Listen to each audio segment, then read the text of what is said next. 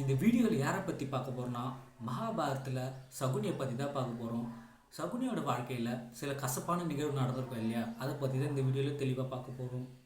மகாபாரத்தில் பீஷ்மர் என்ன பண்ணுறாருன்னா, கண்ணு தெரியாத திருதராஷ்டிரருக்கு சகுனியோட தங்கச்சியை கட்டி வச்சிடுறாரு. இது நினச்ச உடனே சகுனிக்கு ரொம்பவும் கோவம் வருது. என்னடா நம்ம தங்கச்சிக்கு இப்படி ஒரு ஆளை வச்சு கட்டி வச்சிட்டாரு அப்படின்ட்டு ரொம்பவும் மன உளைச்சல் படுறாரு. அது நினச்சி ரொம்பவும் பீஷ்மரை பழி வாங்கணும் அப்படின்னு நினச்சிட்டு இருந்தார். அதுக்கப்புறமா காந்தாரிக்கு செவ்வாய் தோஷம் இருக்கிறது பீஷ்மருக்கு தெரிய வருது.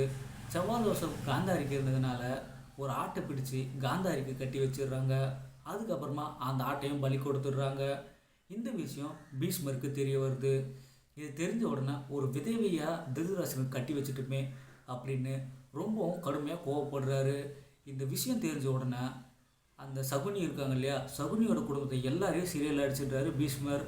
எதுக்காக சீரியல் அடிக்கிறாருன்னா, அதான் இது மாதிரி காந்தாரிக்கு செவ்வாய் தோசை இருந்தது, இதெல்லாம் மறைச்சிட்டாங்க இல்லையா, அதனால தான் சீரியல் அடிச்சிடுறாங்க. சீரியல் அடித்தது மட்டும் இல்லாமல் சகுனியோட குடும்பத்திற்கு ஒரு நாளைக்கு எல்லாருக்குமே ஒரு கைப்பிடி அரிசி தான் சாப்பிட்றதுக்கு கொடுக்குறாங்க. இதை வச்சுட்டு எப்படி அவங்க சாப்பிட்டு உயிர் வாழ முடியும், நீங்களே சொல்லுங்கள். இதனால் என்ன பண்ணுறாங்கன்னா, அவங்க குடும்பத்தில் எல்லோரும் சேர்ந்து சகுனி தான் ரொம்ப புத்திசாலி, நீ எப்படியாவது பீஷ்மரை பழி வாங்கணும் அப்படின்ட்டு சகுனியோட அப்பா சகுனிக்கிட்ட சொல்கிறாங்க. அது மட்டும் இல்லாமல் இவங்க எல்லாருக்கும் கொடுத்தாங்க இல்லையா ஒரு கைப்பிடி அரிசி, அதை எல்லாத்தையும் சேர்த்து சகுனிக்கிட்ட கொடுத்து அவரே தினம் தினம் சாப்பிட வச்சு உயிர் பிழைக்க வச்சு எப்படியாவது பீஷ்மரை பழி வாங்கணும் அப்படின்னே வளர்க்குறாங்க.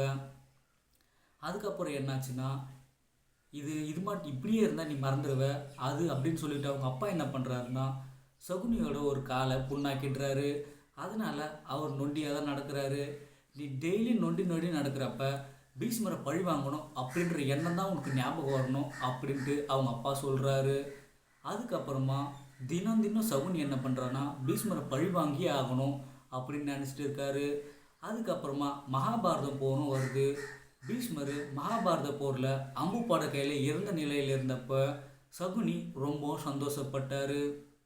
இந்த வீடியோ பிடிச்சிருந்தால் லைக் பண்ணுங்கள், ஷேர் பண்ணுங்கள். மறக்காமல் இந்த சேனலை சப்ஸ்கிரைப் பண்ணிவிட்டு கூட வர பெல் ஐக்கானை சேர்த்து கிளிக் பண்ணிக்கோங்க.